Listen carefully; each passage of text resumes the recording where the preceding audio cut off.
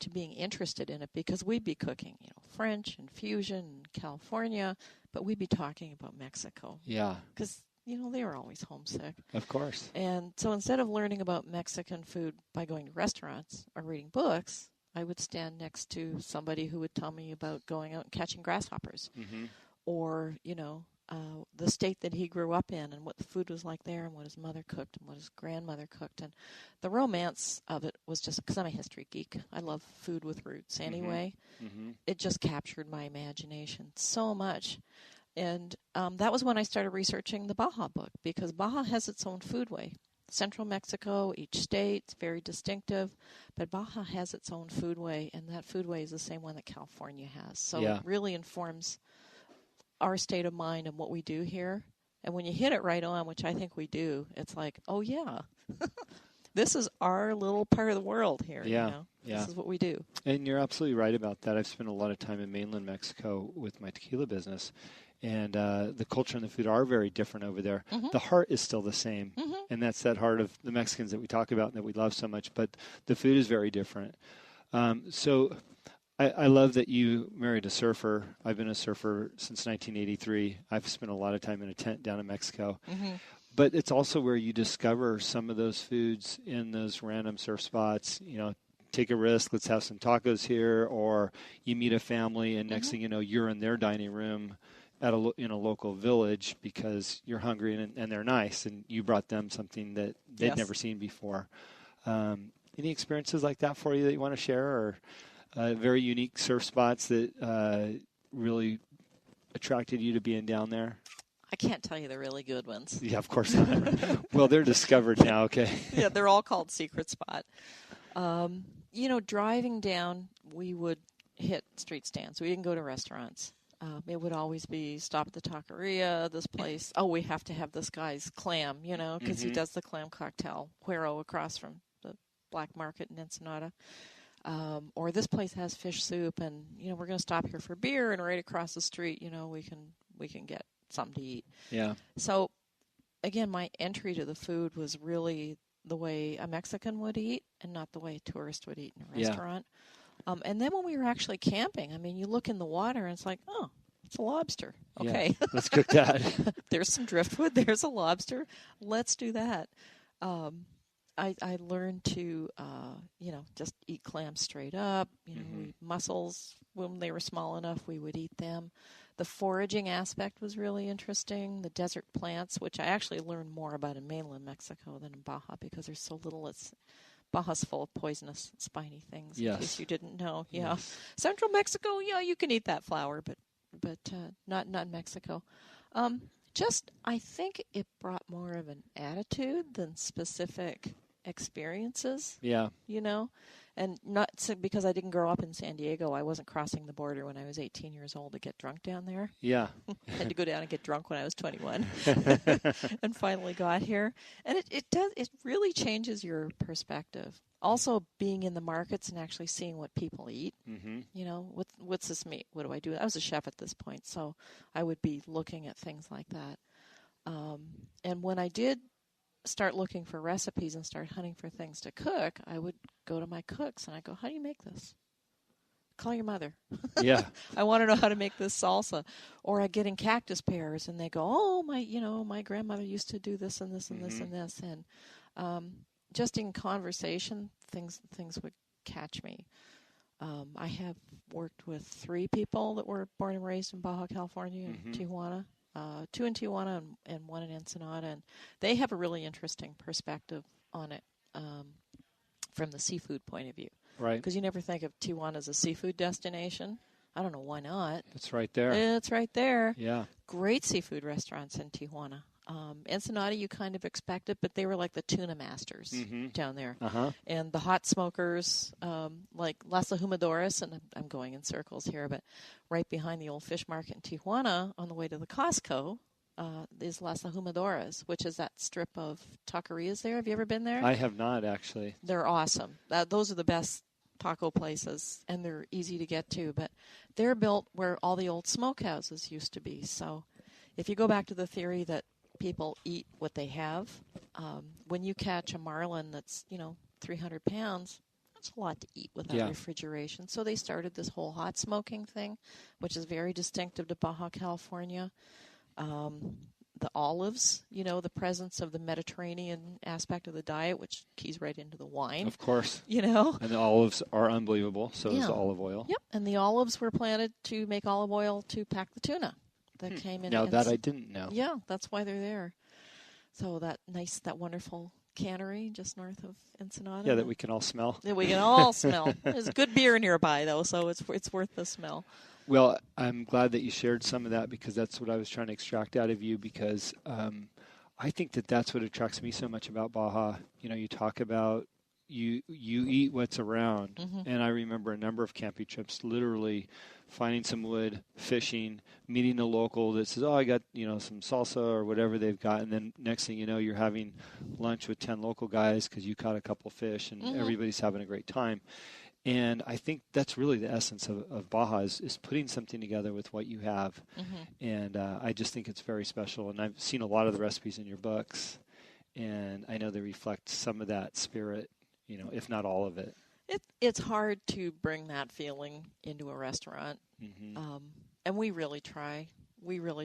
But a restaurant is, by definition, always going to be more of like a canned experience. Yeah. But I'm glad that we never went the route of putting up big pictures and saying, yeah, here you are, you're in Baja California, when you're clearly not in Baja California. No.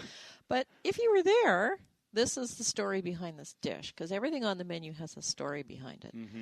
And the good servers know them, and they can spin a tale. But to me, it really feels true to the place, and that's almost more important than pretending to deliver experience.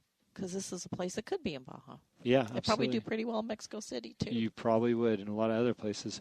Well, let's talk about your partnership that you have right now. So obviously you've got a background built in culinary. You've spent some time in Baja now. You fell in love with it. You're in California, and you run across your partners. How did you find them, or how did they find you, and how did all that develop? Because we get to benefit from the end result, and that's a wonderful restaurant. Yes. Well, this is a good story on their part, too. My partners are Rich Howland and Matt Baumeier. And Matt and Rich have known each other since Arizona. Rich founded Raw Sushi, R.A. Sushi. So I know it very well. He was one of the founding partners of that and built it up, sold it to Benihana. One of his proteges was Matt. And when you meet Matt, Matt's like this super high energy, very, very dedicated guy. And Rich was just like, you're my guy. So they became friends, and they went surfing one day. They went from, they were living, one was in San Diego, one was in San Clemente. They went surfing. They went down to K38. Excuse me. So those of you who surf know where K38 is, and they went in the water and didn't die and got out and had tacos right there at the little taqueria. And they looked at each other and they said, why don't we do a Mexican restaurant? And so their idea was to do a little taco stand. And if you've been in Sol, you know that Sol is by no means a little taco stand. But they wanted to communicate what I want to communicate. And that's why we kind of jibe, is that you want to communicate a feeling of ease and comfort and deliciousness and simplicity, which is really what Baja's all about. Absolutely. And that's a hard thing to do in a restaurant, too. So they came back and they started looking at Mexican cookbooks, and they found my Baja book. Oh, okay. And at the time, that was my first book. I think I was working on the Rancho La Puerta book. I was the chef at the Del Mar racetrack, running 8 kitchens with 200 cooks, because that's what happens when you have 2 kids going to college. You take a big job. So my phone rings, and it's Matt. And he introduces himself, and he had no idea where I was. I could have been in Kansas for all he knew. So it turns out we live about 3 blocks away from each other in San Diego. That's interesting. We started what are the talking. Chances? What are the odds? Yeah. Actually lives right next door to a building that my husband's family owns. So we started talking. He's like Mr. Charm. He says, we'd love to talk to you. We love your book. All you have to do to a chef or an author is say, oh, I love your book. Of course. And, they'll do anything. So I met them, and we really hit it off. They got it. They were restaurant people, and they got it. And, you know enough about restaurants and about wine that when somebody kind of catches the concept, it's worth talking to. It's not like, we want your recipes because we're going to roll out a fast food place. Right. No, it wasn't like that. They wanted the personality, they wanted the history, they wanted all things that matter to me. So that was almost 11 years ago, and we opened in Newport in July 2009. So okay, yeah, that makes sense. Yep. We were just slinging tequila back then. Uh-huh. Let me talk about your book for a second, because if that's how they found you, when did you decide to write a book, and how did that come about? Because that's no small undertaking. No. Well, I have 8 now. So I guess if you can do one, you can just keep doing them. Keep rolling them out. That came about. I was the executive chef for Hilton Torrey Pines, and I had been a journalist before, and then I'd been a chef for a long time, and I just thought, I want to start writing again.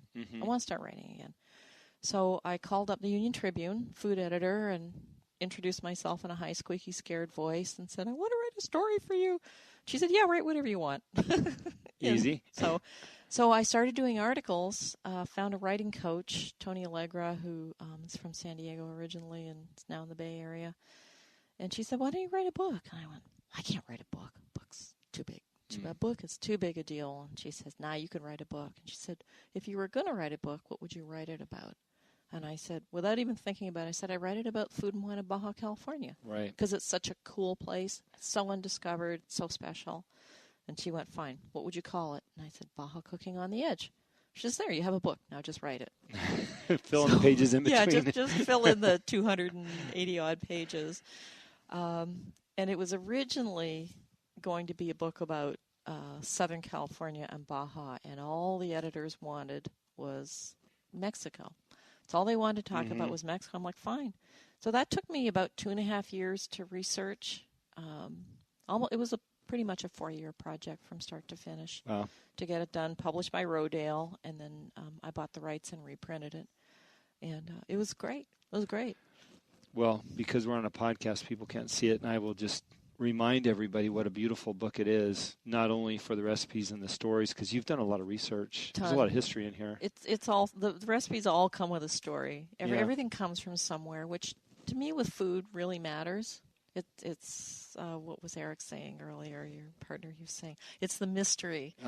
But I want to know that my food comes from somewhere. Yeah. And that it, somebody made it and somebody tweaked it, and this thing, not even just ingredients. I want the heart to be in it, and that matters a lot. And that got everything I had, and then I just kept writing. Well, I think for giving it everything you have, you nailed it, because I've been cooking casually most of my life, and when I go to pick up a cookbook that I want to work with, everything you have in your book is something that I would work with, right? You've got some great photos that kind of gives you that stimulation to get going, and then you read a little story like, well, why can't I? Of course I got to make this one, right? So it's just a beautiful book. If somebody wanted to get these, they get these at the restaurant? They can get them at Sol or Solita. Okay. Any one of the restaurants carry them. It's on Amazon for a little while longer. I'm going to take it off Amazon eventually. Great. And we also have them on the Baja United Wines website well. We've sold a few there. So it's just a beautiful book. And then you progress into doing others. You said 8. You want to rattle off a couple of those other titles and what they're about? Or Well, I'm going to brag a little bit about this one, because this book was one of Food and Wine's best cookbooks the year it came out. They had, I think, half a dozen, and mine was one of them, which was very nice. So I've done a couple things for Food and Wine since. And then I was approached by the woman who founded Rancho La Puerta in Tecate, Deborah Zeke. Okay. So for those of you who don't know Rancho La Puerta, it's a fitness resort in the mountains in Tecate, right on the border on Mount Kumeyaay, which is or Mount Kuchima. Excuse me, Mount Kuchima. I always get them mixed up. Right on the sacred mountain of the Kumeyaay people.